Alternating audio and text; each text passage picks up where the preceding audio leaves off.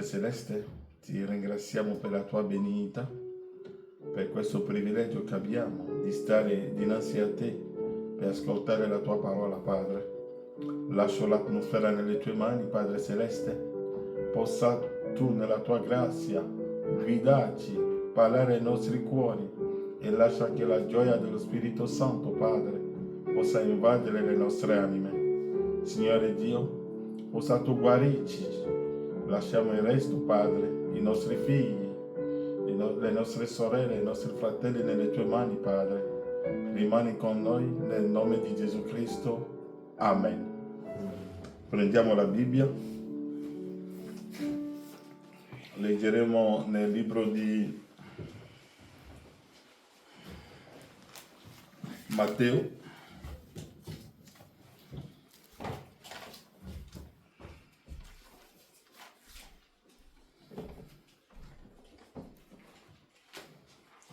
Prendiamo Matteo 24.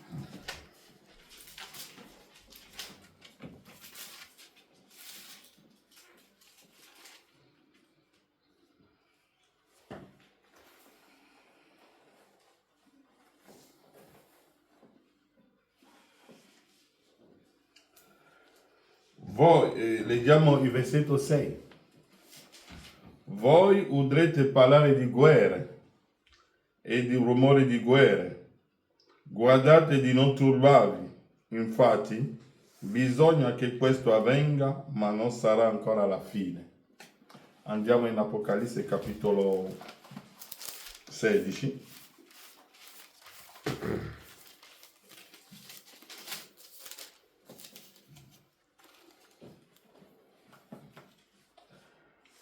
Leggiamo dal versetto 12.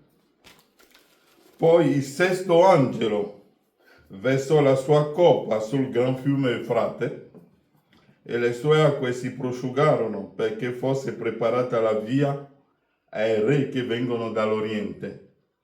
E vidi uscire dalla bocca del dragone, da quella della bestia e da quella del falso profeta, 3 spiriti immondi simili a rane. Essi sono spiriti di demoni capaci di compiere dei miracoli. Essi vanno dai re di tutta la terra per radunarli per la battaglia del gran giorno del Dio Onnipotente. Ecco, io vengo come un ladro, beato chi veglia e custodisce le sue vesti, perché non cammini nudo e non si veda la sua vergogna. E radunarono il re nel luogo che in ebraico si chiama Armageddon. Amen. Che Dio vi benedica. Amen. Andremo avanti a parlare del nostro soggetto. Sentirete parlare di guerre e rumore di guerre. È lì che partiremo oggi. Cercheremo di portarlo un po' avanti. Ora cercheremo di vedere perché l'altra volta abbiamo letto qualcosa dove William Branham ci ha detto che questa guerra che è iniziata nella gloria finirà sulla terra nella battaglia chiamata Armageddon. Per rammentare alcune cose cerchiamo di leggere qualcosa qui.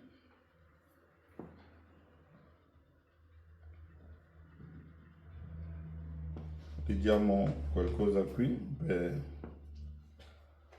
per iniziare il nostro insegnamento.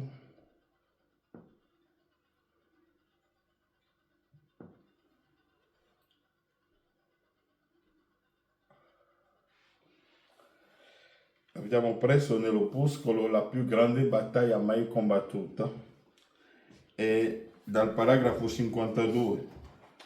Come l'avevo detto l'altra volta e l'abbiamo visto, perché prima di iniziare questo soggetto abbiamo parlato dell'amnesia e abbiamo visto che William Branham ci ha detto che l'amnesia sono i soldati che prendono l'amnesia in guerra e questa amnesia avviene tramite un shock e abbiamo visto che la più grande battaglia che la terra abbia mai conosciuta E come l'avevo detto l'altra volta, non erano le conquiste di Giulio Cesare, di Alessandro il Grande, non erano le conquiste che gli imperi hanno fatto, o la guerra che vediamo sulla terra, ma la più grande battaglia che fu mai combattuta è stata combattuta nell'Eden, quando Satana ha dato il primo colpo al figlio di Dio che si chiama Adamo.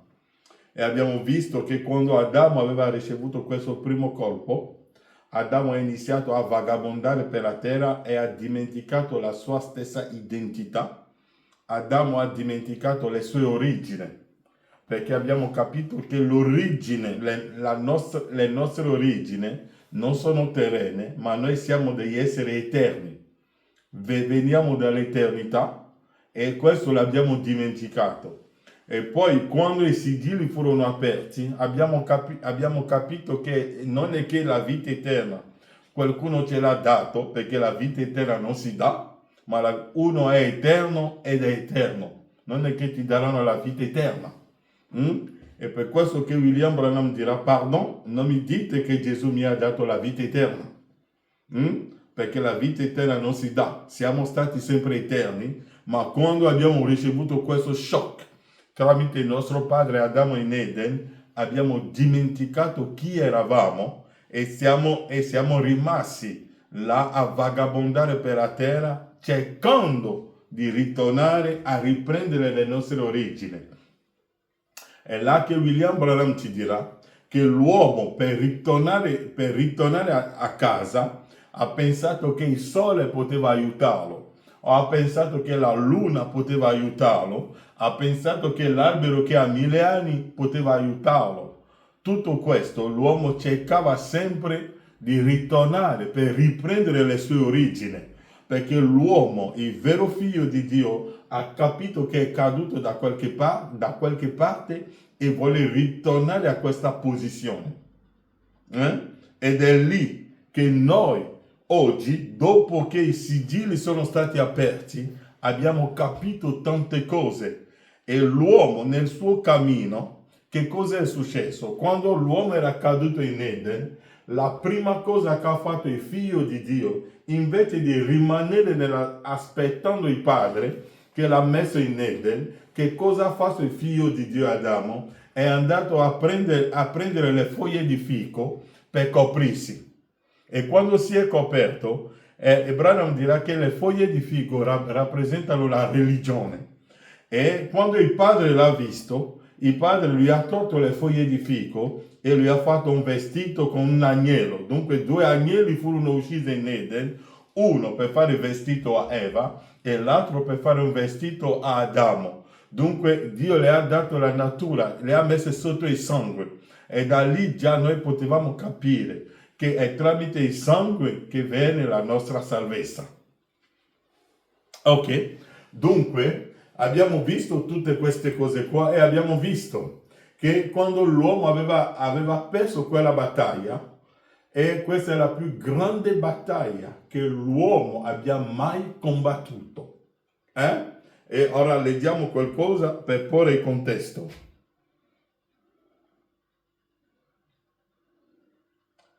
Riprendiamo da dove? Nel quarto sigillo, paragrafo 279. La prima cosa in cielo fu una battaglia.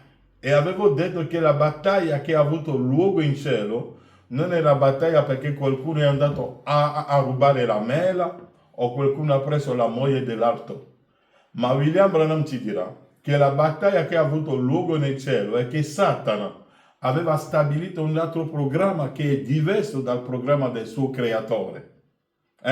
Dio aveva stabilito un programma, ma quando Satana è venuto, Satana abbiamo visto che era un angelo potente che è stato fedele nelle sue vie finché un giorno l'iniquità fu trovata in lui. E che cos'è l'iniquità? Abbiamo capito che l'iniquità è quando voi sapete bene che dovete fare e non lo fate, ma fate il contrario. Satana conosceva il piano di Dio, ma che cosa ha fatto lui? Ha elaborato un altro piano, voleva avere un altro Eden. Ecco l'Eden di Satana.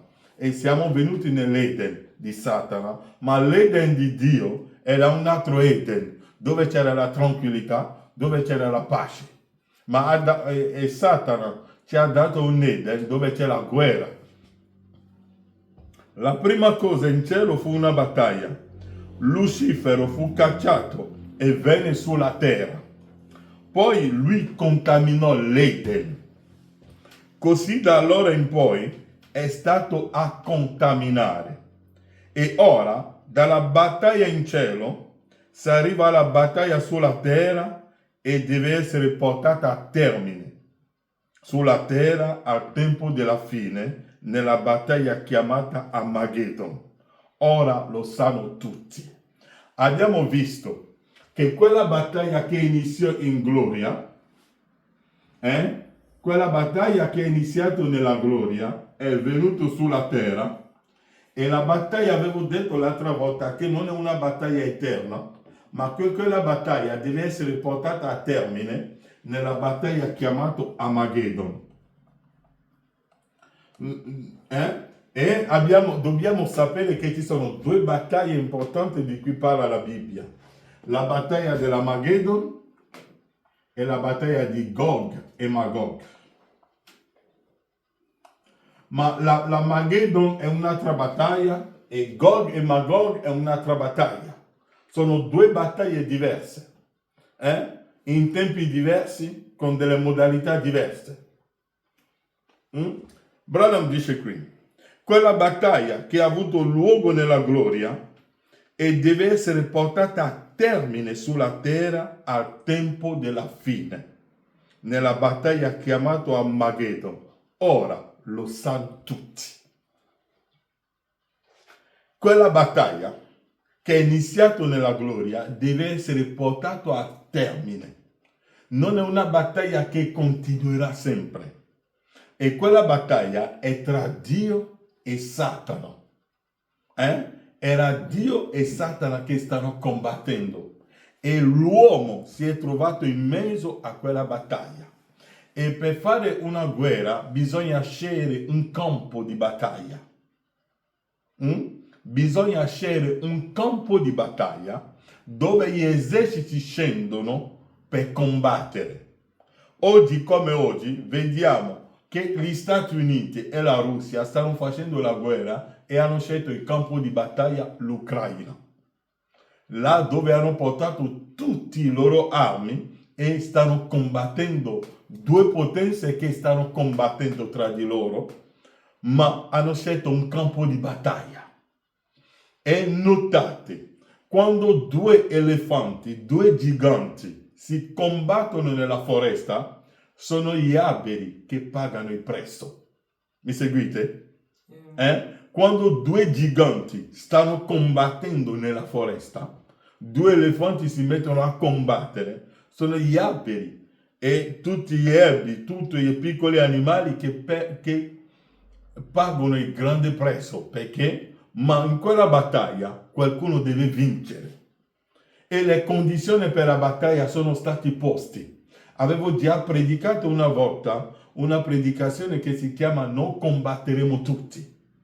Se voi leggete nel libro di Samuele, voi vedete che Davide un giorno, lo possiamo prendere nel libro di Samuele mentre lo leggiamo. Mi sembra primo Samuele, vediamo un po' se riesco a trovarlo velocemente.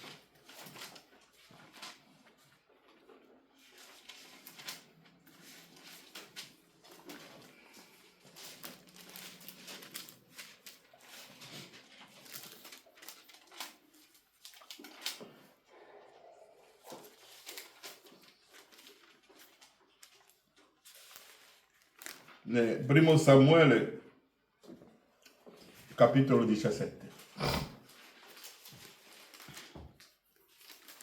Dal primo versetto. Posiamo le condizioni della guerra, perché è una guerra che è iniziata nella gloria e deve essere portata a termine. Sulla terra, nella battaglia chiamata Armageddon. Ora dobbiamo vedere un po' come questa guerra è stata combattuta e come deve essere portata a termine. Vi ho detto l'altra volta che quando Gesù era venuto, nella prima venuta, quando Gesù aveva incontrato Satana e i suoi diavoli nell'uomo che si chiama il passo di Gadara, quando hanno incontrato Gesù, e quell'uomo abbiamo visto che lui dormiva al cimitero, gli piaceva vivere in mezzo ai morti. Quando lo portano a casa, lui va sempre al cimitero per stare in mezzo al cimitero. Ma quando ha incontrato Gesù Cristo, allora i diavoli che erano dentro di lui hanno detto qualcosa a Gesù. Hanno detto a Gesù: sei venuto prima del tempo. Dunque Satana sa che c'è un tempo in cui la sua storia deve essere chiusa. Non è una battaglia eterna. Come l'abbiamo predicato che l'intercessione o la mediazione non è eterna. Perché Branham ti dirà che quando l'agnello si alza e prende il libro e apre i sigilli, cioè il tempo della mediazione è finita. So che ci sono delle cose che i fratelli non amano, ma le dobbiamo predicare comunque. Amen.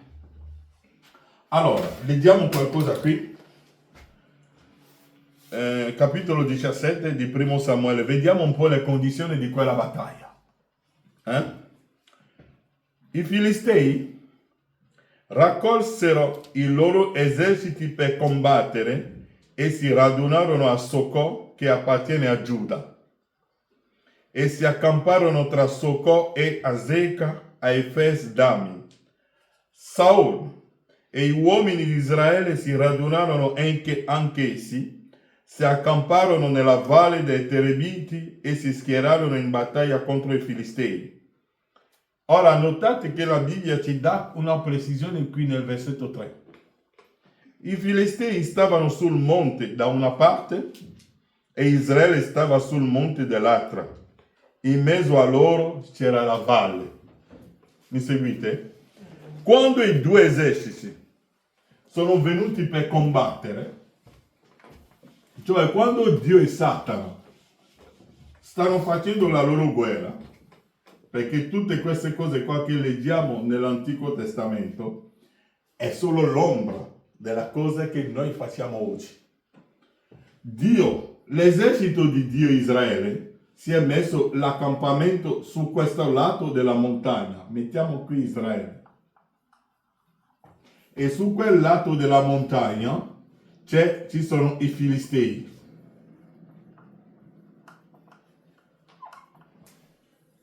I due popoli che si devono combattere. E qui in mezzo c'era la valle, la vallata. E i due eserciti devono scendere qua per combattere qua in mezzo. Mi seguite? Ognuno di loro deve scendere qui. L'esercito di Israele deve scendere qui e l'esercito dei Filistei deve scendere qui. E la battaglia ha luogo qui. E Branham dice qui, lo leggeremo nell'opuscolo, la più grande battaglia combattuta. William Branham dice che questa battaglia qui si chiama, in inglese si dice un no man's land, cioè la terra che non appartiene a nessuno. È un luogo che non appartiene a nessuno. E i due eserciti devono scendere in questo luogo per fare la guerra. Se i Filistei vincono qui, allora entrano in Israele e prendono possesso di Israele. Se gli israeliti vincono la battaglia qui, entrano e prendono possesso della terra dei Filistei. La battaglia deve avere luogo qui, in mezzo. Continuiamo la nostra lettura. Voglio che voi tenete queste cose qua in mente mentre andiamo avanti. Versetto 3. I Filistei stavano sul monte da una parte e Israele stava sul monte dall'altra parte, e in mezzo a loro c'era la valle. Dall'accampamento dei Filistei uscì un campione di nome Golia, di Gat, alto 6 cubiti e un palmo. Aveva in testa un elmo di bronzo, non aveva in testa un elmo d'oro, ma un elmo di bronzo. E sappiamo che il bronzo significa il giudizio. Mi seguite? Ok. Un elmo di bronzo e indossava una corazza a squame che pesava 5.000 sicli di bronzo. Portava delle gambiere di bronzo e un giavellotto di bronzo dietro le spalle. L'asta della sua lancia era robusta come un subbio di tessitore. La punta della lancia pesava 600 sicli di ferro e colui che portava il suo scudo lo precedeva. Egli dunque si fermò e, rivolto alle schiere di Israele, gridò: perché uscite a schierarvi in battaglia? Non sono io il Filisteo e voi dei servi di Saul? Scegliete uno dei vostri e scenda contro di me. Se egli potrà lottare con me e uccidermi, noi saremo i vostri servi. Ma se io sarò vincitore e lo ucciderò, voi sarete i nostri sudditi e ci servirete. Chi ha posto le condizioni della battaglia? È stato il Filisteo. Mi seguite? Satana è venuto in avanti e ha detto: non combatteremo tutti. Stiamo parlando della battaglia che deve finire, deve essere portata a termine in Armageddon. E abbiamo visto che quella battaglia era iniziata in gloria, ma deve essere portata a termine sulla terra al tempo della fine. Non prima, ma al tempo della fine. O sappiamo che al tempo della fine deve essere un profeta sulla terra. Lo andiamo a prendere. Dunque, Golia, che qui rappresenta Satana, il diavolo, e qui Israele, che è la nazione divina, cioè Dio. Dunque lo Spirito Santo, cioè Cristo, e l'Anticristo. Sono loro due che si stanno combattendo e hanno scelto il loro campo di battaglia e devono combattere qui. Ma che cosa è successo? Ecco Satana che scende e dice: non combatteremo tutti. Leggiamo ancora un po' prima che il versetto 9. Se egli potrà lottare con me, scegliete un uomo. Se egli potrà lottare con me e uccidermi, noi saremo vostri servi. Ma se io sarò vincitore e lo ucciderò, voi sarete i nostri sudditi e ci servirete. Il Filisteo aggiunge: io lancio oggi questa sfida a disonore delle schiere di Israele.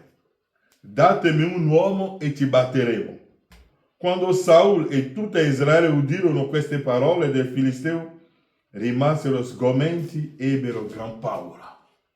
Dunque Satana fin qui ha fatto la festa sulla terra. Per quasi 2000 anni Satana ha fatto la sua festa sulla terra, girando dappertutto per seminare casino nel popolo di Dio. E lui ha posto le condizioni della battaglia. Ma prima di andare avanti, William Branham ti dirà che la guerra tra Dio e Satana hanno scelto un campo, e il campo che hanno scelto è l'uomo. Dunque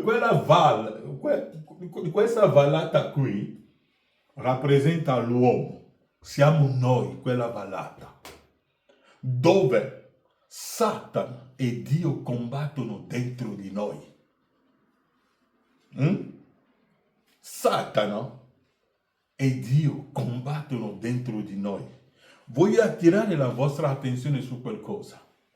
Quando Gesù ha conosciuto la sua più grande battaglia sulla terra, quando Gesù era venuto sulla terra, ha avuto dei momenti difficili il nostro Signore Gesù Cristo. Ma uno dei momenti più difficili è quando Satana è venuto a trovarlo. Perché Branham ti dirà, non è che Satana era davanti a lui e lui parlava così e lui vedeva qualcuno che gli dice cambia le pietre in pane. No, non era così. Ma tutto questo aveva luogo in lui. C'era l'anticristo che lui parlava dentro e Cristo pure lui parlava. Mi seguite? Dunque è una battaglia interna. È una lotta interna. E per questo che quando la domanda fu fatta, questo uomo aveva detto, questo indiano, capo indiano aveva detto a fratello Branham, ci sono due cani dentro di me. Uno è il cane nero e l'altro è il cane bianco. E Branham lui ha detto, e chi vince? Ha detto, è il cane a cui io do da mangiare di più. Se voi date da mangiare a Satana, Satana vincerà la battaglia. Ma se date a mangiare allo Spirito Santo, lo Spirito Santo vincerà la battaglia. Che cosa mangia lo Spirito Santo? La parola. Se Satana ti dice vai a rubare, lo Spirito Santo verrà e ti dirà è scritto non rubare. Ora sei te che devi decidere a chi dare la vittoria. Allora abbiamo visto che Golia aveva lanciato la sfida alle schiere di Israele, ma nessuno ha potuto raccogliere questa sfida. Tutti hanno avuto paura, tutti avevano paura di raccogliere questa sfida. E la Bibbia ha detto che Israele ha avuto paura. Le schiere del Dio di Israele, l'esercito divino ha avuto paura. E anche il loro re ha avuto paura. Andiamo avanti a leggere ancora un po'. Versetto 12. Davide era figlio di quell'uomo e fratello di Betlemme. Davide era figlio di quell'uomo e fratello di Betlemme di Giuda. Conoscete il nonno di Davide? Conoscete la nonna di Davide? La nonna di Davide era Ruth. Il suo nonno era Boaz.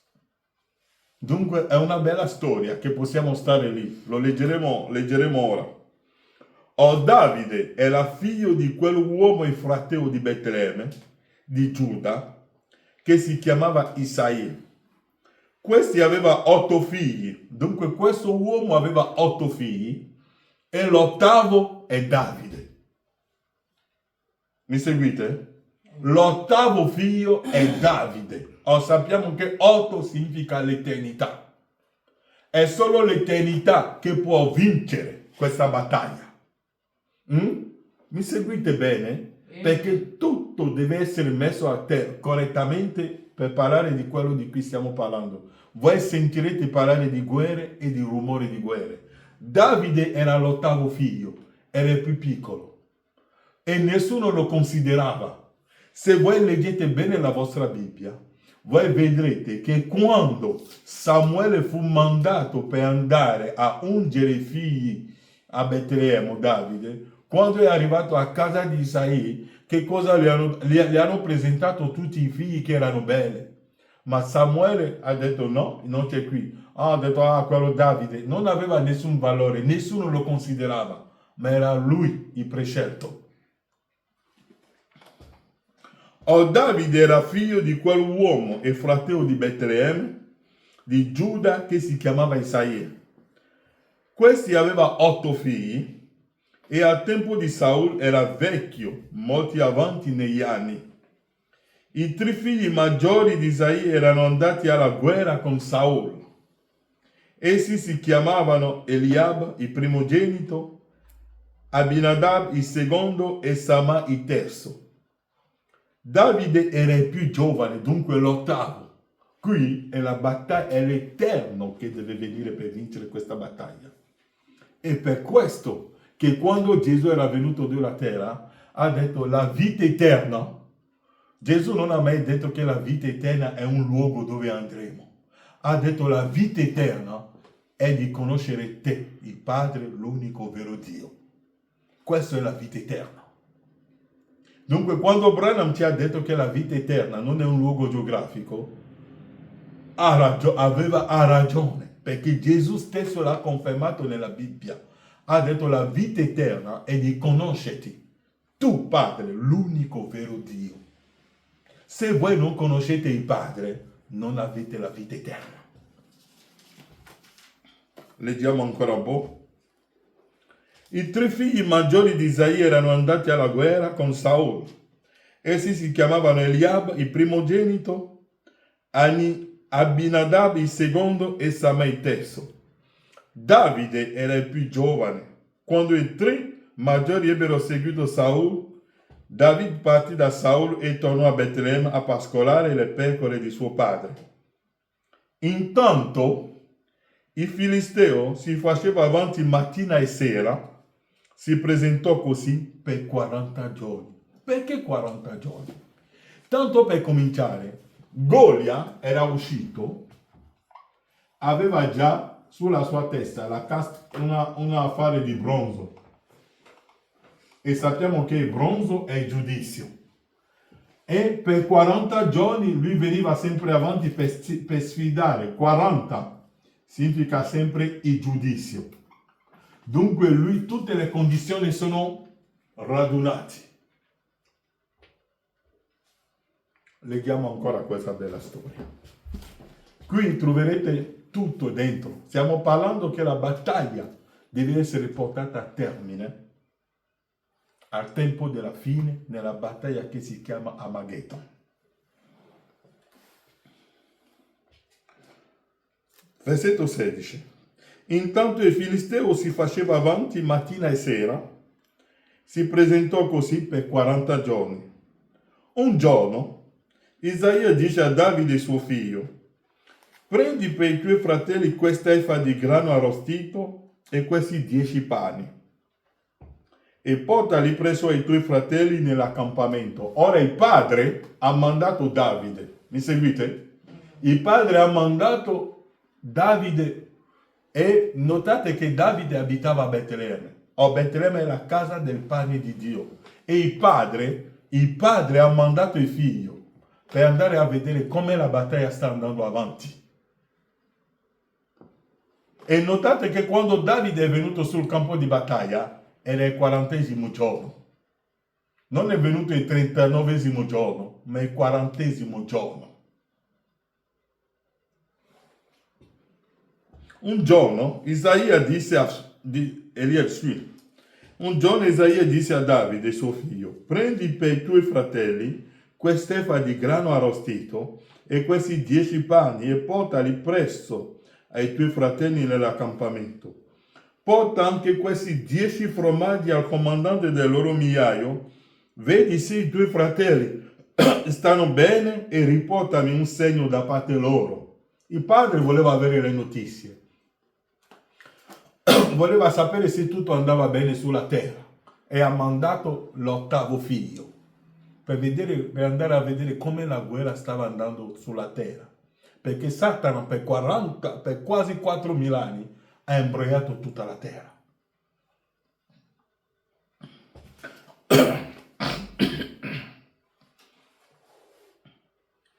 Versetto 19. Saul ed essi con tutti gli uomini di Israele stanno nella valle dei Terebiti a combattere contro i Filistei. L'indomani Davide si alzò di buon mattino, lasciò le pecore a un guardiano, prese il suo carico e partì come Isaia gli aveva ordinato. Appena giunge al parco dei carri, l'esercito usciva per schierarsi in battaglia e alzava il grido di guerra. Israeliti e Filistei si erano schierati, un esercito di fronte all'altro, sempre lì, ma la guerra non è mai iniziata. Davide lasciò al guardiano dei bagagli le cose che portava e corse alla linea di battaglia. Appena la raggiunse, chiese ai suoi fratelli come stavano. Mentre egli parlava con loro, ecco uscire dalle file dei Filistei quel campione, quel Filisteo di Gat, di nome Golia, ripetendo le solite parole e Davide le udì.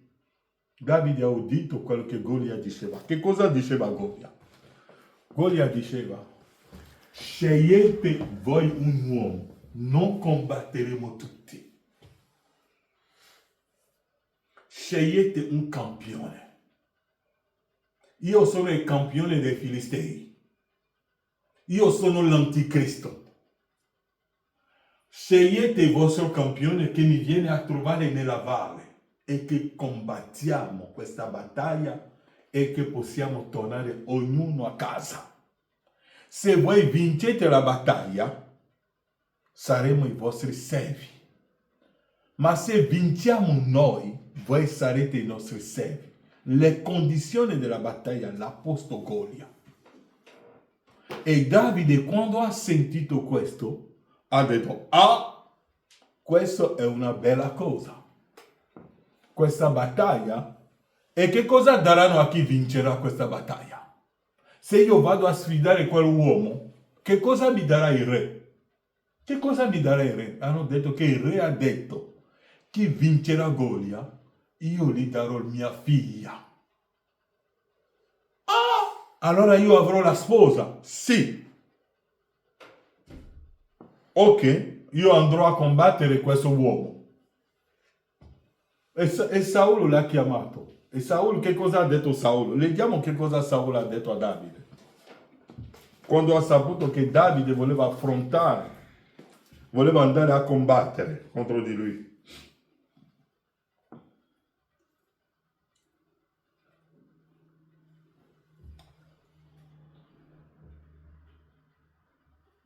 La parte che mi interessa di più.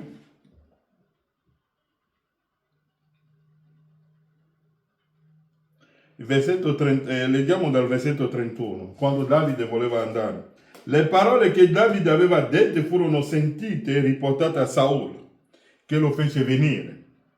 Davide disse a Saul: nessuno si perda d'animo a motivo di costui. Il tuo servo andrà e si batterà con quel filisteo.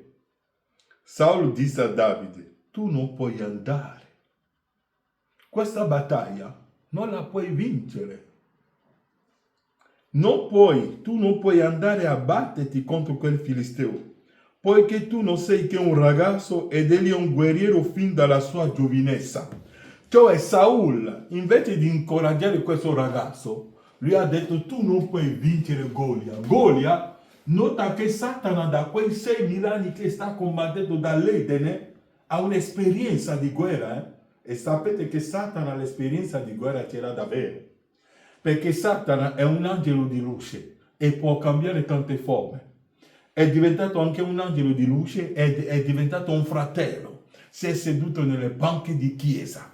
Dunque è astuto, è intelligente, ha l'esperienza. Come fai a trovarlo? Come fai a distinguerlo? Come fai a vincerlo? E Davide, dunque Saul gli ha detto: guarda, dal giardino dell'Eden che lui sta combattendo, ha iniziato in gloria, è caduto sulla terra, ha fatto cadere Adamo. Mosè non ha potuto vincerlo. Tutti i profeti sono caduti sotto di lui e tu, quel piccolo, vai a sfidare Satana. Ha detto: non ti perdere d'animo. Io lo ucciderò. Io vincerò. Sapete perché Davide era così fiducioso? Perché Davide sa che la parola di Dio non fallisce. Perché 2 giorni prima, qualche giorno prima, Samuele l'aveva unto per diventare il prossimo re di Israele. Dunque quella unzione lui dava tutta la garanzia. Perché se Golia uccide Davide, vuole dire che la parola di Dio ha fallito. Un profeta di Dio non può fallire.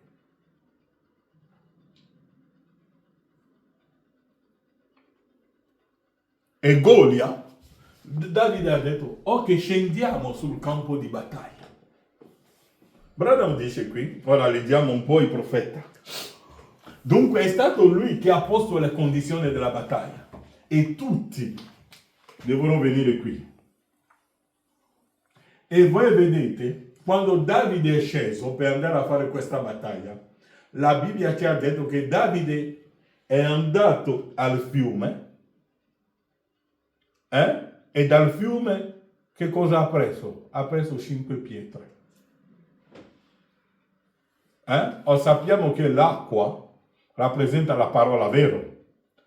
Ha preso le pietre che sono nell'acqua. Il nostro profeta ci ha detto che le pietre, una pietra significa la rivelazione. Voi non potete vincere quella battaglia oggi con quello che hanno raccontato durante tutte le epoche. Dovete avere la rivelazione perfetta per questo giorno, altrimenti non potete vincere. Satana ne sa più di voi. Se voi dite sono un cristiano, egli vi dirà che sono un cristiano. Da qualche parte è scritto nella Bibbia, ha detto voi credete che Dio esiste, anche Satana lo crede e trema. Dunque se voi vedete qualcuno che dice che Dio non esiste, lasciatelo da parte. Non capisce niente perché Satana sa che Dio esiste e trema. Allora Davide ha preso le pietre e è sceso sul campo di battaglia. Quando è sceso sul campo di battaglia ha ucciso Golia. Quando è ucciso Golia, le schiere di Israele hanno potuto prendere possesso del campo dei Filistei. Questa è la storia. Ora leggiamo un po' il profeta, perché abbiamo preso Apocalisse 16 per vedere che cosa sarà, come sarà quella battaglia di Armageddon. Perché che il nome non vi fa paura. Non è che c'è un posto dove andremo a combattere una battaglia, un luogo a Armageddon. Ma che cos'è quella battaglia di Armageddon? La prima cosa, in cielo fu una battaglia. Lucifero fu cacciato e venne sulla terra. Poi lui contaminò l'Eden. Lucifero ha contaminato l'Eden. E la prima cosa che Lucifero ha contaminato la moglie di Adamo. Ha contaminato anche la Chiesa. È per questo che Branham dirà che la tribolazione si trova sulle banche di Chiesa. Tutta la Chiesa è stata contaminata. Così da allora in poi è stato a contaminare. E ora, dalla battaglia in cielo, si arriva alla battaglia sulla terra e deve essere portata a termine sulla terra al tempo della fine nella battaglia chiamata Armageddon. Ora lo sanno tutti. La battaglia ebbe inizio nel cielo santo e così loro lo cacciarono via. Michele e i suoi angeli lo rovesciarono, fu cacciato. E quando lo fecero, cadde direttamente giù nell'Eden e cominciò qui la battaglia qua giù. Incontrò. Come ho detto, Dio è come un grande impresario. Egli sistema tutto il suo materiale sulla terra e poi costruisce i suoi edifici. Voi siete gli edifici di Dio, i suoi soldati. Ricordate ora, prima che ci fosse un granello di seme sulla terra, prima che ci fosse un sole che abbia mai colpito la terra, il vostro corpo giaceva sulla terra, poiché voi siete la polvere della terra, vedete? Eccovi, Dio è l'impresario. Poco fa abbiamo letto nel libro d'Apocalisse, Branham ci ha detto che la battaglia finirà nella battaglia che si chiama Armageddon. E quando abbiamo letto nel libro di Apocalisse, abbiamo visto che ci sono 7 angeli che avevano 7 coppe, ma noi abbiamo letto l'angelo che aveva la sesta coppa nelle sue mani. E quando quell'angelo ha versato la sua coppa, lo leggiamo di nuovo. Siate pazienti con me, piano piano arriveremo dove voglio arrivare.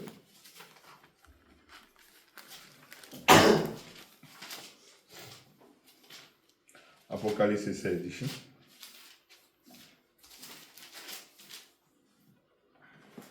Versetto 12.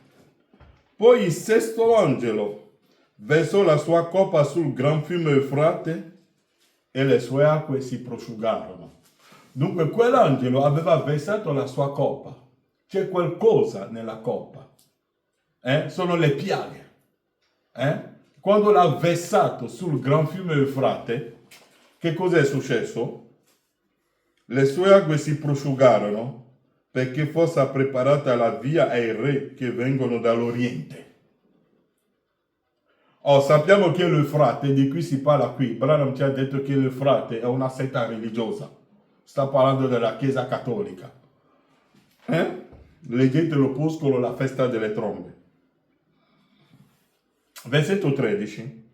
E vidi uscire dalla bocca del dragone, e quando Branham e vidi uscire dalla bocca del dragone, il dragone chi è? Branham ci ha detto che il dragone è Roma. È Roma, la Chiesa Cattolica. Vidi uscire dalla bocca del dragone, da quella della bestia e da quella del falso profeta, 3 spiriti immondi simili a rane. Dunque, dalla bocca del dragone, cioè dalla bocca del falso profeta, dalla bocca della bestia. Sappiamo tutti che la bestia ha il suo trono a Roma, al Vaticano. Ma come l'ho sempre detto, quando parliamo del Vaticano tutti guardano al Papa. È vero, ma hanno dimenticato che ormai la Chiesa Cattolica è entrata in tutte le nazioni e in tutte le chiese. La Chiesa Cattolica è entrata in tutte le chiese, tutti.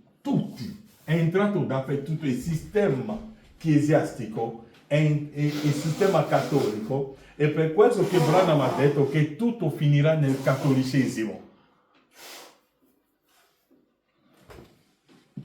Dice, dunque quegli spiriti di rane sono usciti dalla bocca del falso profeta. Essi sono spiriti di demoni capaci di compiere dei miracoli. Essi vanno dai re di tutta la terra. Dunque quegli spiriti che sono usciti dalla bocca del falso profeta vanno dai re di tutta la terra per radunare, per che cosa? Per radunare, il versetto 17, il versetto 16 dice: e radunarono i re nel luogo che in ebraico si chiama Armageddon.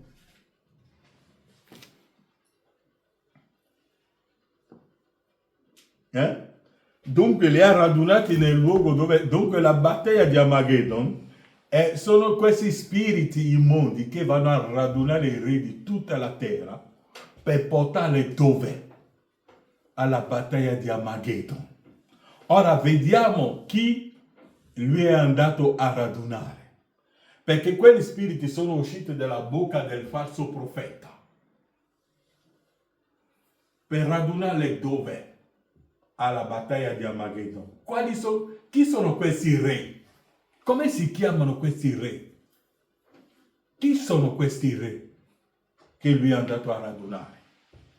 Dove è andato? Ha detto che è andato per tutta la terra per radunare tutti i re. Quando si parla dei re, tutti noi pensiamo magari è andato a chiamare i re di Spagna, i re di Inghilterra, i re di qua e di là. Ma Branham ci dirà chi sono questi re che lui è andato a radunare. Leggiamo. Paragrafo 34. 334, nel quarto sigillo. Ecco venire Satana con tutti i suoi 4 canti della terra, con i suoi protestanti, i suoi cattolici e tutti insieme marciando dritto alla battaglia di Armageddon. Benissimo. Avete visto i re della terra? Avete capito ora che cos'è il re della terra? Dunque il re della terra non è Carlo di Inghilterra. Il re della terra non è Putin. No. La Bibbia dice che egli è andato a radunare che cosa? I suoi cattolici, protestanti, metodisti, marciando dove? Nella battaglia di Armageddon. Cioè, il dragone a Roma va in tutte le chiese. Capiremo perché lui l'ha fatto. Come mai ha potuto sedurre, ha sedotto tutte le chiese. Leggeremo il profeta, ma voglio farvi capire chi sono questi re prima. la Bibbia dice che questi tre spiriti immondi di rane sono andati per tutta la terra per radunare i re della terra. E Branham ci dice, ecco venire Satana, perché quegli spiriti sono gli spiriti anticristi. E ecco venire Satana con tutti i quattro canti della terra, quello che voi avete letto nel libro d'Apocalisse, che va a radunare tutti i re della terra. Branham lo interpreta. Dice, va a radunare i protestanti, i cattolici e tutti assieme, marciando dritto alla battaglia di Armageddon. Benissimo. Oh, nella battaglia di Armageddon, loro devono combattere contro l'agnello. Mi seguite? Perché Satana deve combattere contro Cristo. La battaglia, quando Davide ha vinto questa battaglia contro Golia, la Bibbia ha detto che i Filistei sono andati per tanto tempo che non c'è stato più guerra. E la battaglia deve finire qua. Quando Satana è andato a radunare i suoi cattolici, i suoi protestanti, ma oggi, fratello, tu che leggi questi opuscoli qua con me, se tu vai sulla strada, mi direi che un cattolico non ti può sedurre, vero? Mi direi che tu non puoi fare battesimo. Non puoi fare un battesimo cattolico. Tu mi dirai, ma tu sei consapevole che io non sono pentecostale. No, un pentecostale non mi può sedurre. Ma Satana li ha portati tutti nel messaggio. È per questo che vi ho sempre detto che ci sono dei fratelli in mezzo a noi che hanno i pensieri cattolici, che hanno i pensieri battisti, che hanno i pensieri pentecostali, hanno tutte quelle dottrine che hanno portato nel messaggio. E la Bibbia dice, ecco venire Satana con tutti i quattro canti della terra, con i suoi protestanti, con i suoi cattolici, e tutti assieme marciando dritto alla battaglia di Armageddon. Benissimo. Quando Satana ha raccolto i suoi per andare alla battaglia di Armageddon, anche Gesù, e la Bibbia dice Gesù da dove viene lui? E qui viene Gesù che scende da dove? Dal cielo, con i santi risuscitati, la parola confermata. Satana raccoglie i suoi sudditi che sono sulla terra per combattere, come Golia. Ma Gesù pure scende dalla gloria.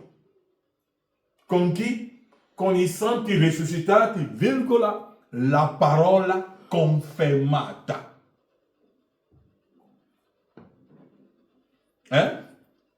Gesù pure viene con i santi di tutte le epoche, virgola. Dunque i santi di tutte le epoche che cos'è? La parola confermata. Se tenete queste cose bene in mente. Ho detto che se Dio parla e vi invia egli sostiene quello che voi dite. Vedete, notate. Se siete un ambasciatore del cielo, tutto il cielo sarà dietro di voi. E il cielo è composto dalla parola di Dio. Quando il cielo vi manda, William Branham dice che il cielo consiste nella parola di Dio. Notate, egli è venuto con i santi risuscitati, confermando che la parola è vera.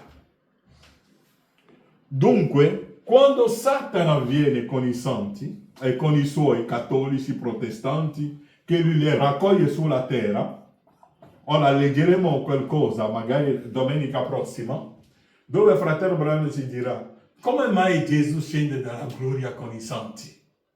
Perché lui pure non va sulla terra per raccogliere i suoi che sono sulla terra? Branham ti dirà, perché sulla terra ce ne sono pochi, non ce ne sono tanti. È per questo che lui deve scendere con i santi di tutte le epoche. Per questa grande battaglia. Vi ricordate di Elia? Quando Elia è sul Monte Carmelo, per quella grande battaglia contro i 400 profeti di Baal è la colonna di fuoco che è sceso. Altrimenti lui non poteva vincere quella battaglia.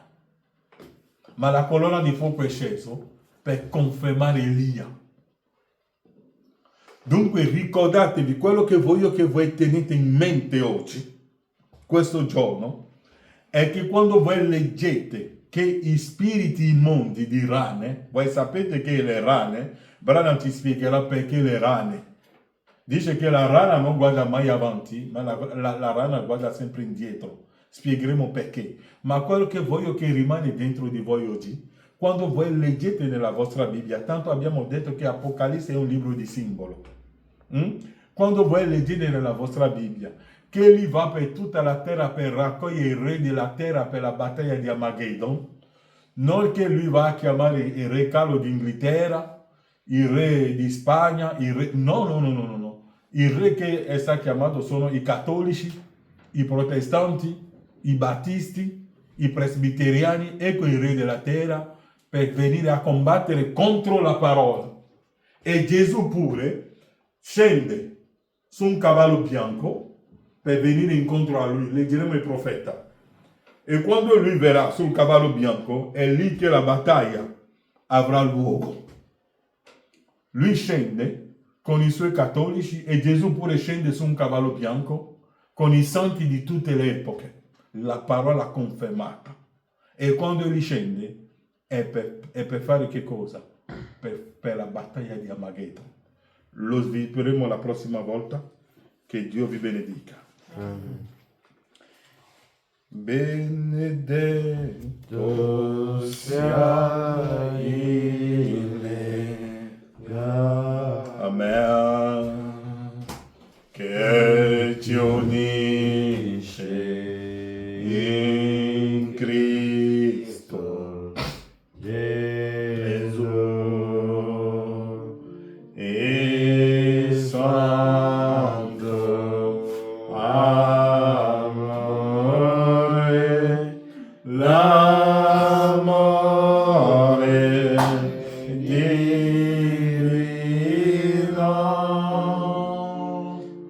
che verso lo Spirito in noi. Ben presto dobbiamo lasciare i luoghi da pellegrina. Ci troveremo lassù col Signore per sempre uniti in Lui. Padre Celeste, grazie per la tua parola, Padre. Grazie per la battaglia che è stata vinta alla croce del Calvario. 2000 anni fa i diavoli ti avevano detto che sei venuto prima del tempo, ma tu ci hai detto tramite il profeta che questa battaglia, più grande battaglia, deve essere portata a termine al tempo della fine. E noi crediamo che quella battaglia è stata portata a termine. E siamo qui, Padre, mentre stiamo facendo come Samsone nella prigione a lavorare e a lavorare il grano. Mentre facciamo tutte queste cose qua, scopriamo come tutte queste cose sono state avvenute, Padre. E sappiamo che man mano che andiamo avanti, tu ci rivelerai ogni cosa, Padre. E noi siamo qui per gioire e saltare, per avere gioia nelle nostre anime. Grazie, Padre, di tutto, nel nome di Gesù Cristo. Amen.